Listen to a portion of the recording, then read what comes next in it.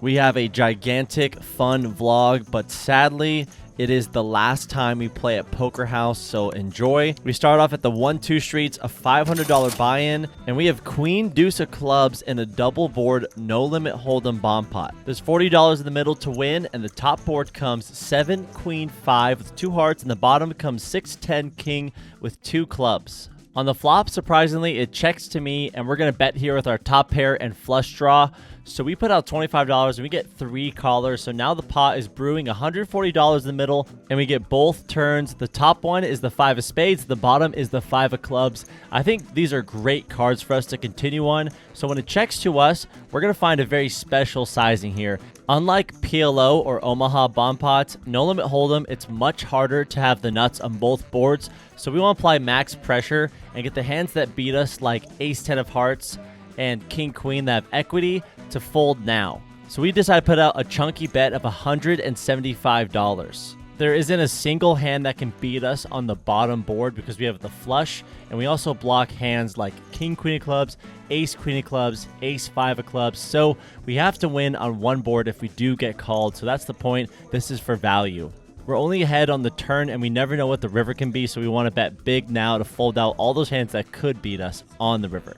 After I put that bet out, the big blind and the middle position player fold, but then the late position player decides to put in a call, so now we're going heads up to a river. The top board is the 8 of clubs, and the bottom board is the 10 of hearts. A couple full houses got there, but when my opponent checks to me, we're going to put out a blocker / value size against lower flushes or maybe trip 5s and just see where we're at, because I don't see a reason to bomb it.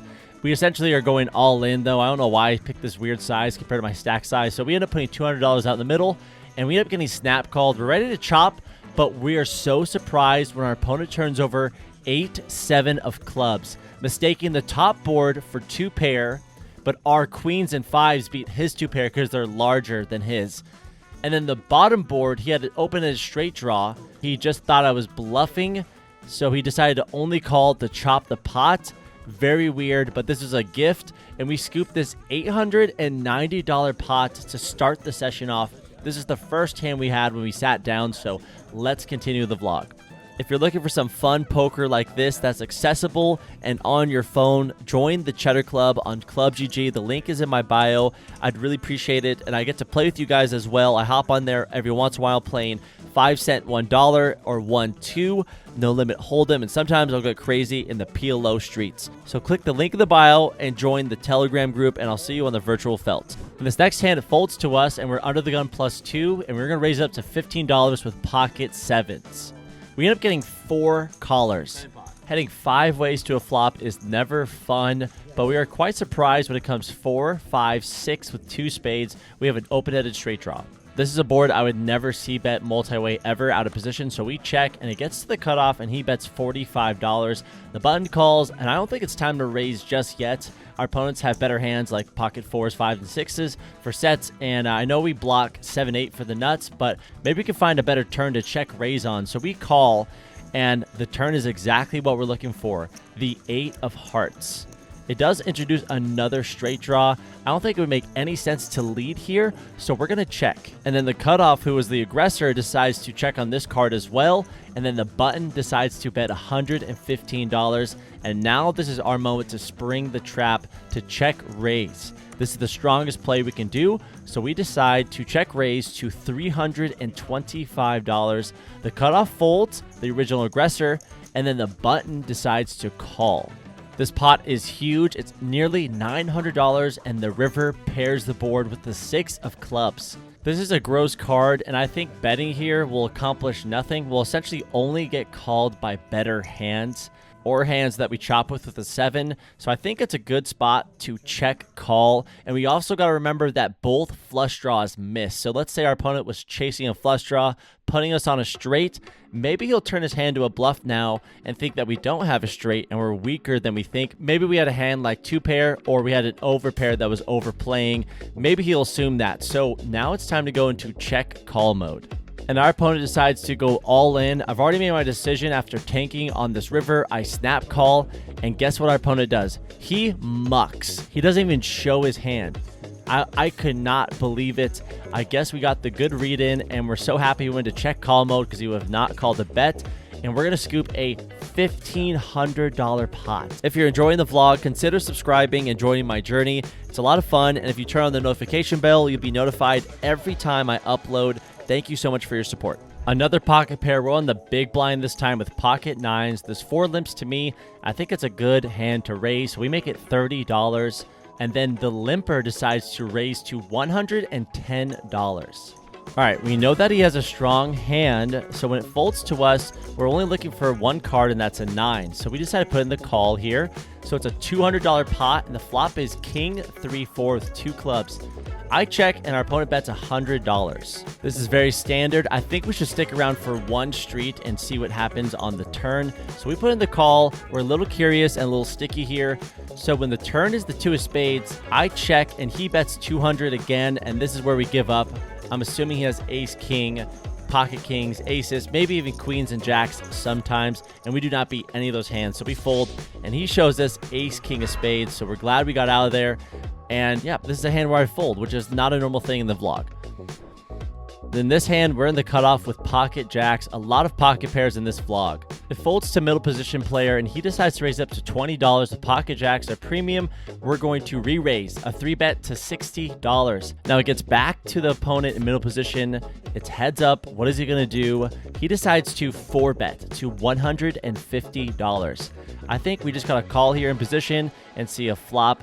I don't think this opponent is particularly strong. I know that the bet is saying that, but I don't feel like he is. And I'm just going to go with my gut here. So we're going to go to a flop, and it is perfect for our hand. The flop comes 7-7-3 rainbow. Our opponent acts first, and he decides to go all in, matching the same size as the pot. $300 for us to call, and I end up snapping. The turn is the queen of clubs, and the river is the 10 of hearts, and as the 10 hits the river, our opponent flips over a hand that beats us, ace, queen of hearts. So he got there on the turn and was bluffing on the flop. I mean, he did have 2 overs, so I'm assuming if I went all in pre-flop, he might fold, but I'm assuming with only $300 behind, if I did jam, he would have called. So I think this is just a cooler, and now we're going to head to the next flop. Another beautiful pocket pair of the lady variety, pocket queens. And we're in the cutoff again. The same opponent from last hand decides to raise it up to $20, and now we're going to re-raise, 3-bet it to $65, and he calls, and we're going heads up to a flop, which is 10-10-8. So I decided to continue here for $50, and he calls. The turn is the 7 of spades, and now I think it's time to go for more value. So we go for around a half pot size bet, a little under. We make $105, but he ends up snap folding. Nothing to really do here. He probably had just a whiffed hand, so now we're on to the next one. We're under the $5 straddle, and we looked at it, a premium 4-3 offsuits. It folds to the same player in the small blind that just stacked us the hand before with jacks, and he decides to limp, and I check. So now we're going heads up to a flop with $10 to win, and the flop is ace 4-3, so we drill bottom 2 pair. So when it checks to us, I bet 10. The turn is now the jack of clubs. I think it's time to amp up the volume. Another pot size bet for value against all of his, random aces. So we decide to bet $30, and he calls. The river is the 9 of clubs, and now we want to target a sticky ace. Our opponent has been sticky in the past. He jammed with ace queen high on a 7-7-3 board. He called on a 10-10-8 board, maybe with overs. I don't really know, but I still think it's a great spot to go for value and really polarize our hand. So we decided to bet around 250% the size of the pot. I think it's just a little too value heavy. I think I should be doing this with better 2 pairs, but we do make it pretty large, $225. And our opponent goes into the tank for a long, long time. And the longer he's doing this, the more I want him to call. But he ends up throwing in a chip, and we proudly show 3-4 for the 2 pair, but our opponent has better 2 pair.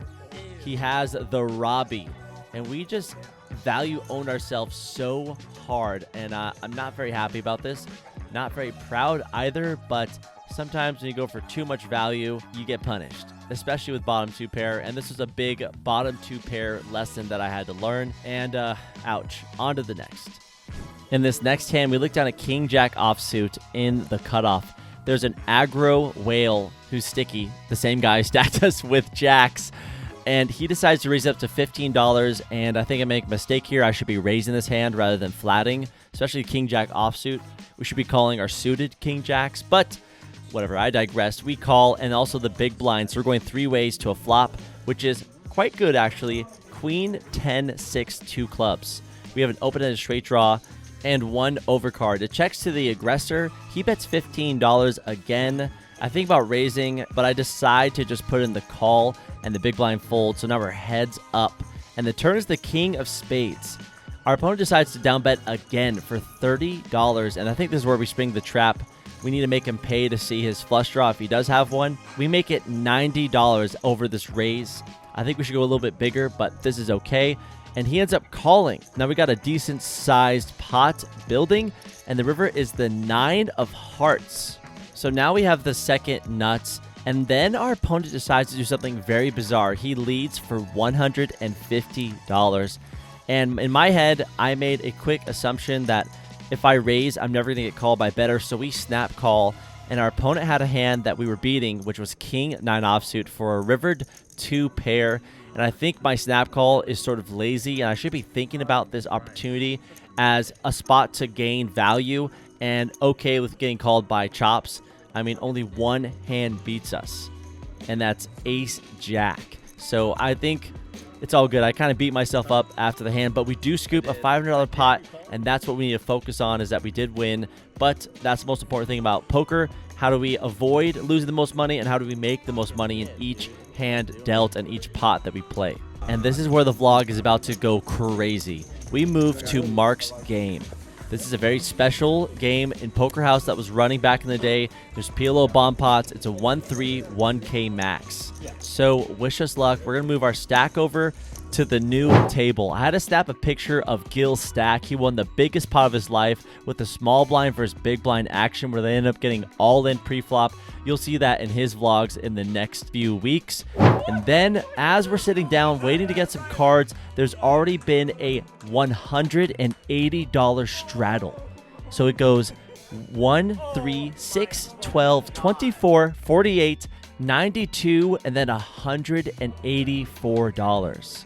And the timeline is we've only been here for 10 minutes, and there was a 3-way all-in pre-flop. They ended up getting it all in 3 ways with ace queen versus ace jack versus jack 4, and they all hit 2 pair, but then ace queen scoops by binking the river for a $3,000 pot. This is absolutely wild. And Cody with ace queen scoops the pot. He was a nemesis in one of our older vlogs when we played the Marks game, and this guy is a crusher. Look at all those green chips he's scooping in. What a feeling. I hope I'm there at some point in the future. And then finally, we have an opportunity. We peel red kings in the cutoff. We want to do our best not to butcher the sizing. We just make it $70 as our pre-flop raise. And then it folds back around to the guy who's been jamming, and he raises me to $400. I mean, he put half of my stack in the middle. I only have 850 behind. I don't think this guy's going to fold, just generally. It doesn't matter how fast I jam it. This guy wants to show off. He wants to flex. He wants to let me know that he's in charge and that I'm underneath him. So I'm okay with that. And I decide to jam, and he calls, and I show my kings, and he tells me that he's been blind this whole time. This guy's been talking a lot of smack, but that's all good and fun. And then now we're going to play out the board. It comes 4 ace queen. Remember, he is blind. Even though the ace is scary, we still have a premium pair. The turn is the 8 of clubs, and the river is the 10 of spades. And any suited spade hands beat us, and our opponent flips over a hand that we beat 6-10 offsuit. We're going to scoop this pot. Wow, it's been an hour. We just doubled up. It's been a wild ride at the 1-2 tables, and now we're here just enjoying the scenery because we're not getting hands that are playable. But we finally got one, and we got rewarded for it. What a moment. The patience pays off. In this next hand, we look down at king 5 of hearts under the gun. The crazy guy from the button decides to raise to $85. There is a straddle on, but we're just going to call. We say out loud that we're going to give him action. And the board runs out 5-8 jack rainbow. I check. He bets 100. I think with the pair, we got to call this guy. I call. The pot is nearly $400, and the turn is the 4 of spades. Not good for him, so I check. But then he goes all in for nearly $1,500 effective into a pot of $400. I'm not going to call this. I snap fold, and he shows us a hand that we were beating, Ace King. So I kind of beat myself up because, you know, I'm finding these calls, but I'm also very proud that I didn't call this, because if I'm wrong or right, it's not profitable. I want to be at the top of my range when this does happen. So looking back on this, I'm super glad I folded and I wasn't being sticky, because I don't want to be occurrence and I want to be a very hard read. And now it's time for us to cash out. Let's see how much we won. For today's session, we were in for 500 and we cashed out for 1348 for an $848 profit. That's what I'm talking about. See you guys in the next episode. Rest in peace, Poker House. What an incredible place it was to play. I'll see you in the next one, and good luck on the felt, everybody.